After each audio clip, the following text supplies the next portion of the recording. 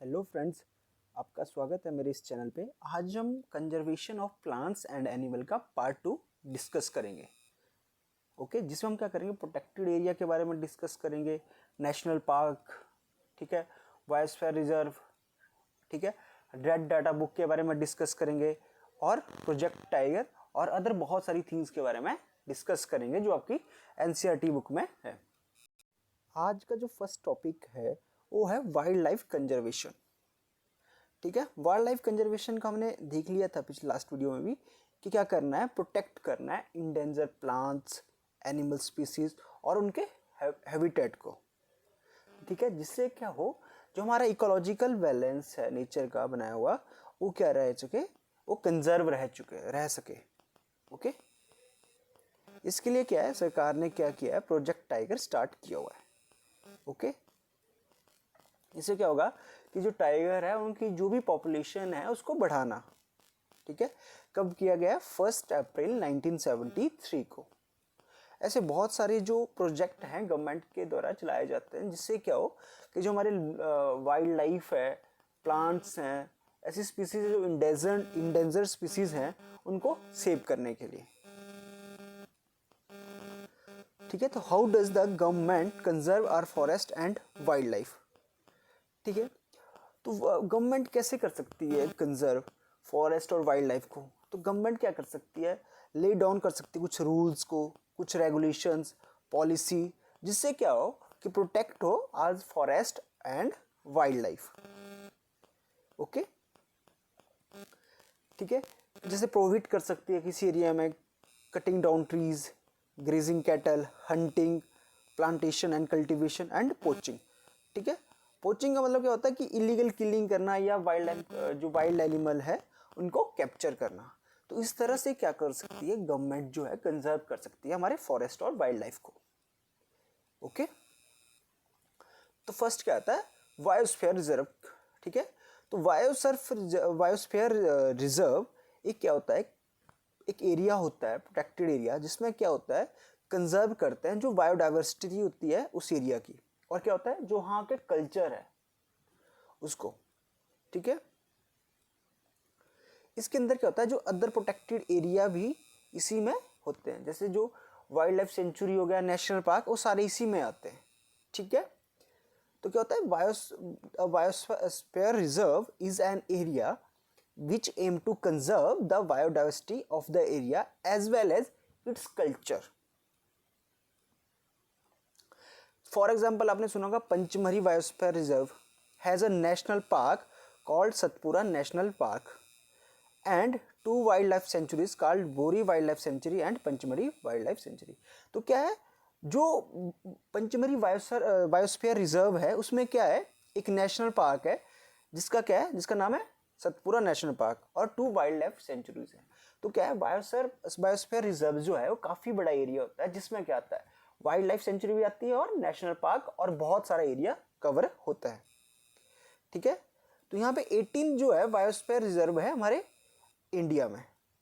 ठीक है, जो आप यहाँ पे देख सकते हो। ओके, तो पंचमढ़ी देख लो कहाँ है, पंचमढ़ी है मध्य प्रदेश में। ओके, फिर हमने भी पढ़ा फ्लोरा एंड फौना। फ्लोरा क्या होता है, फ्लोरा होता है प्लांट्स। ठीक है, ऐसे प्लांट्स जो एक पर्टिकुलर एरिया में ही मिलते हैं, ठीक है, उसको बोलते हैं उसका फ्लोरा ऑफ द एरिया। ठीक है, the plant found in a particular area are refer to as flora of the area.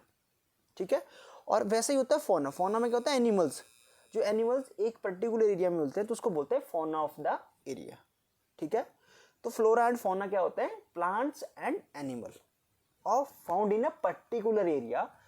ठीक है, उसको बोलते हैं फ्लोरा एंड फौना। ठीक है, फ्लोरा में कहते हैं प्लांट्स आते हैं और फौना में एनिमल्स आते हैं। ओके, फिर हमने पढ़ा था वाइल्ड लाइफ सेंचुरी। तो wildlife sanctuary are reserve forest where wild animals are protected and provide with suitable living conditions. क्या होता है, वाइल्ड लाइफ सेंचुरी क्या होता है, बायोस्फीयर रिजर्व के अंदर ही होता है। वहाँ पे क्या किया जाता है, जो है प्रोटेक्ट किया जाता है जो वाइल्ड एनिमल्स हैं। ठीक है, और उनको क्या किया जाता है, जो उनकी लिविंग कंडीशन है वो सुटेबल लिविंग कंडीशन उनको प्रोवाइड की जाती है। ठीक है, ये जू की तरह नहीं होता। जैसे अपन जू जाते हो ना, तो जू में क्या कहता है, पिंजरे के अंदर रखा जाता है, लेकिन वाइल्ड लाइफ सेंचुरी में ऐसा कुछ नहीं होता है। वहाँ पे क्या होता है, जो वाइल्ड लाइफ सेंचुरी में क्या होता है, वो जो एनिमल्स हैं वो अपने नेचुरल हैबिटेट में रहते हैं।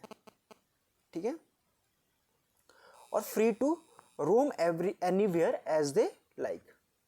ओके, जू में क्या होता है, पिंजरे के बंद अंदर रखे जाते हैं और वहाँ पे उनको वो कंडीशन दी जाती है आर्टिफिशियली। ठीक है, लेकिन वाइल्ड लाइफ सेंचुरी में उनको नेचुरली वैसा रहता है। Indian wild life sanctuary have unique landscapes which include broad level forest, mountain forest, bushlands in deltas of big rivers. They protected several threatened wildlife species such as global cat, pink headed duck, black buck, white-eyed buck, वैसे बहुत सारे हैं। ठीक है, unfortunately people encroach upon the land and the. ठीक है, और इन जो है वाइल्ड लाइफ जो प्रोटेक्टेड एरिया है उनको क्या करते हैं, इंक्रोच करना स्टार्ट कर देते हैं और उनको क्या करते हैं, डिस्ट्रॉय करना स्टार्ट कर देते हैं। हमें ये चीज़ करनी नहीं चाहिए। फिर आती है कुछ एंडेमिक स्पीसीज। ठीक है, a group of living organism that can interbreed with each other are called species. क्या है कि कुछ एक ग्रुप है लिविंग ऑर्गेनिज्म का और वो क्या कर रहे हैं, इंटरब्रीड कर रहे हैं। ठीक है, उसको बोलते हैं स्पीसीज। ठीक है, क्या है species, a group of living organism that can interbreed with each other. एक दूसरे के साथ क्या कर रहे हैं, ब्रीड कर रहे हैं और अपनी पॉपुलेशन को बढ़ा रहे हैं, उसको बोलते हैं स्पीसीज। ठीक है, it means that only member of one species can reproduce offspring that are fertile and can give birth to future generation. Members of species look like each other and share many characteristics. देखो, मान लो आप dog की species देख रहे होंगे। ठीक है, वो क्या कर रहे हैं, इंटरब्रीड कर रहे हैं आपस में, क्या कर रहे हैं। ठीक है, और जिससे क्या हो रहा है, उनकी जो पॉपुलेशन है वो बढ़ रही है, फ्यूचर जनरेशन को ठीक है वो बर्थ दे रहे हैं। तो उनका क्या होता है, जैसे डॉग्स हैं कुछ स्पीसीज होती है, जैसे आप मान लो आप पग देख रहे हो या लेब्राडोर देखते हो, तो लेब्रा जो क्या है उसकी आप देखोगे तो वैसे सेम ही एक दूसरे की तरह सेम दिखते हैं। ओके, तो उसमें आता है एक इंडेंजर्ड स्पीसीज। ठीक है, क्या होता है इंडेंजर्ड स्पीसीज, क्या होती है ऐसी स्पीसीज जो ना जैसे जिनकी जो नंबर्स में बहुत कम रह चुके हैं, बहुत कम, मतलब वो अर्थ पे अब उनकी इतनी संख्या रह चुकी है, अर्थ पे इतने नंबर्स ऑफ एनिमल्स रह चुके हैं कि वो बस अगर उनको मार दिया तो वो अर्थ से ही गायब हो जाएंगे। ठीक है, तो species whose number diminished so much they might face extinction और vanished off the face of the earth. ठीक है, वैसे क्या होता है, इंडेंजर्ड प्लांट भी होते हैं। ठीक है, फिर आता है एंडेमिक स्पीसीज। एंडेमिक स्पीसीज क्या है कि ऐसे एनिमल्स और प्लांट जो पर्टिकुलर एरिया में ही पाए जाते हैं, एक पर्टिकुलर एरिया में ही पाए जाएंगे, उनको बोलेंगे उसका एंडेमिक। ठीक है, तो उस वहां की इनको बोलेंगे endemic species.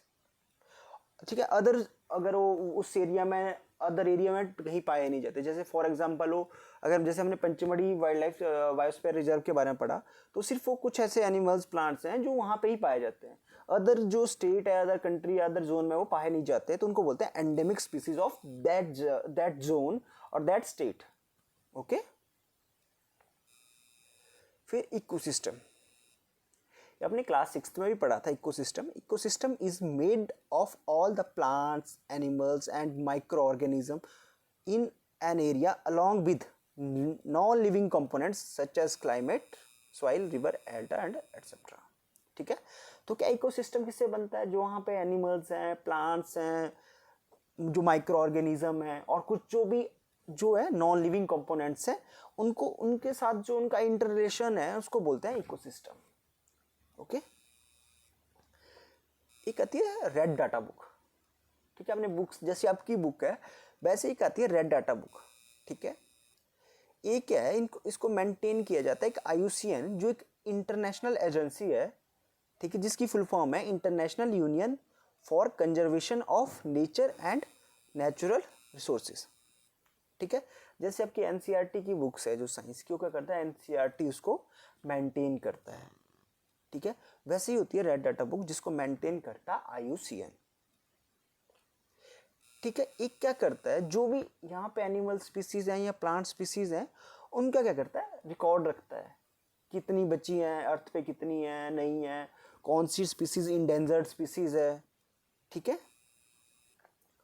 There is a red data list to which mean also as IUCN red data list of threatened species, ठीक है। IUCN red list which classified, जो आईयूसीएन की जो लिस्ट बनाई है ना, यहाँ पे बुक में एक लिस्टें बनी हुई है, तो वहाँ पे क्या है, जैसे एक का क्या है, एक स्पीसीज का नाम है एक्सटिंक्ट, ठीक है। एक्सटिंक्ट का मतलब है कि no knowns individual of the species alive, कि ऐसी स्पीसीज, ऐसे एनिमल्स, ऐसे प्लांट्स जो अब अर्थ पे अलाइव ही नहीं है, जिंदा ही नहीं है, अर्थ से ही गायब हो चुके हैं, उनको मैंने इतना यूज़ किया उनका।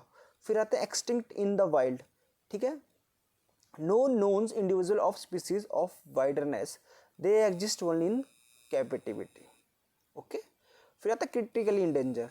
क्रिटिकली इंडेंजर क्या है कि वो ऐसी स्पीसीज जो मतलब एक्सट्रीमली हाई रिस्क पे हो एक्सटिंक्ट के, मतलब बस अब मिटने ही वाली है, वैसे वो बोलते हैं क्रिटिकली इंडेंजर्ड, ओके।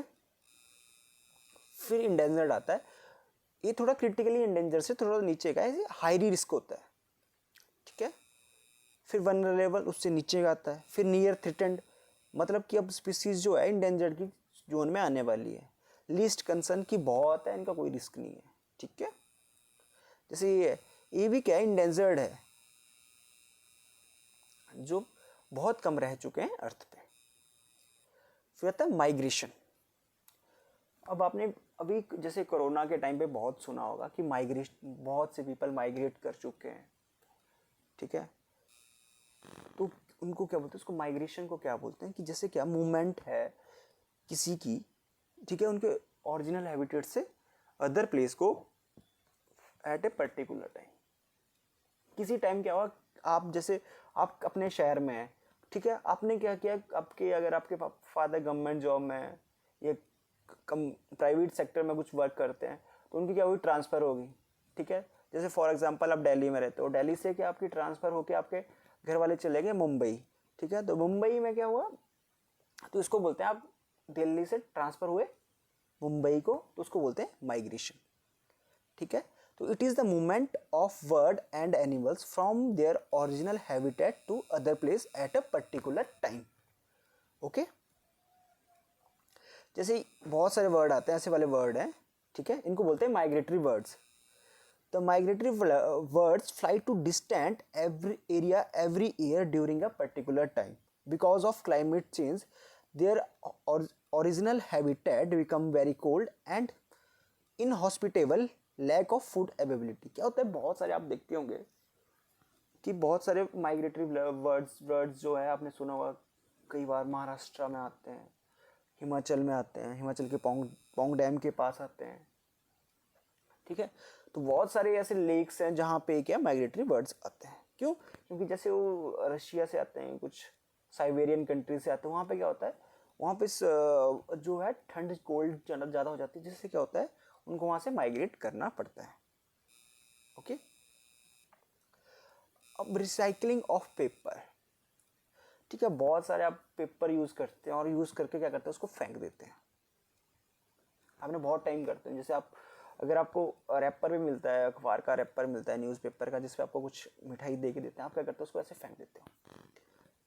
बट हमें ये चीज़ नहीं करनी चाहिए, ठीक है, हमें पेपर को रिसाइकिल करना चाहिए, okay.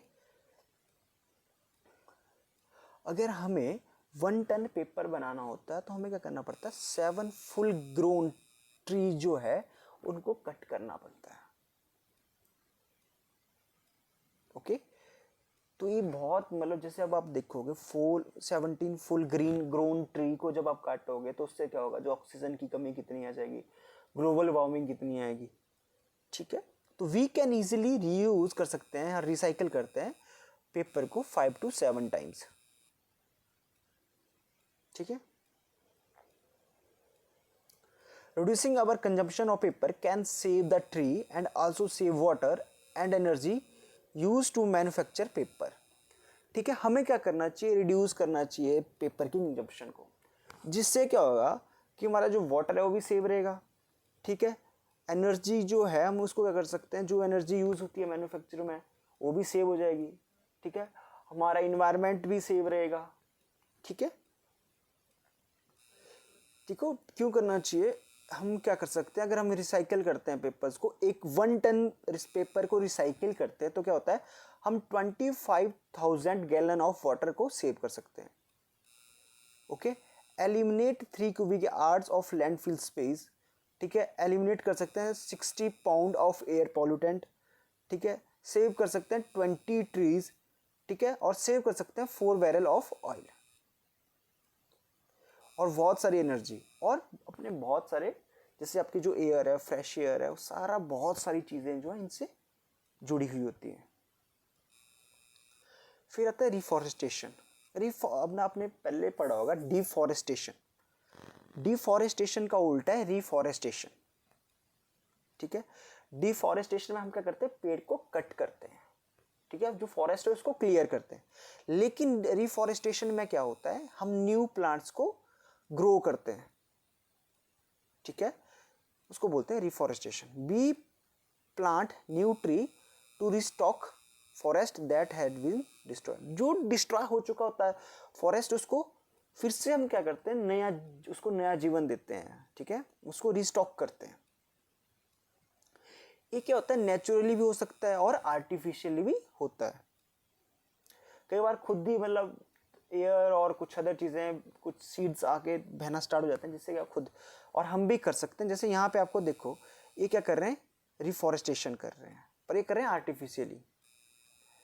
If a deforested area is left undisturbed for some time, the forest grow again. ठीक है, जो डिफॉरेस्टेड एरिया है अगर उसको लेफ्ट कर देते हैं, कुछ टाइम के लिए छोड़ देते हैं, तो खुद ही उसमें क्या है ना, फॉरेस्ट ग्रो होना स्टार्ट हो जाता है। ठीक है, however we cut more tree than the ones that grow on their own, and hence we should plant tree to promote reforestation। हमें अगर जैसे हम खुद वहाँ पे क्या करते हैं, प्लांट को ग्रो करते हैं, तो उसको बोलते हैं आर्टिफिशियल रिफॉरेस्टेशन। तो आपको पता लगा कि हमारे लिए जो कंजर्वेशन ऑफ प्लांट्स एनिमल्स बहुत ज़रूरी है। ठीक है, हमारे जो इकोसिस्टम के बैलेंस के लिए बहुत ज़रूरी हैं चीज़ें। ठीक है, तो इसलिए हमें क्या करना चाहिए, कंजर्व करना चाहिए अपने ट्रीज़ को। ठीक है, अपने जो वाइल्ड एनिमल्स हैं उनको कंजर्व करना चाहिए, और ट्रीज़ को भी कंजर्व करना चाहिए। ठीक है, आपने पढ़ा कि ट्री अगर नहीं होते हैं तो क्या क्या चीज़ें होती है, ग्लोबल वार्मिंग होती है। ठीक है, और बहुत सारी प्रॉब्लम्स आने वाले टाइम में हमारे को हो सकती है। तो आई होप ये चैप्टर आपको समझ आया होगा, और जो हमारे इन्वायरमेंट को रिलेटेड जो भी आपके बहुत सारी चीज़ें आपने सुनी होगी इस चैप्टर में, वो भी सारी क्लियर होगी।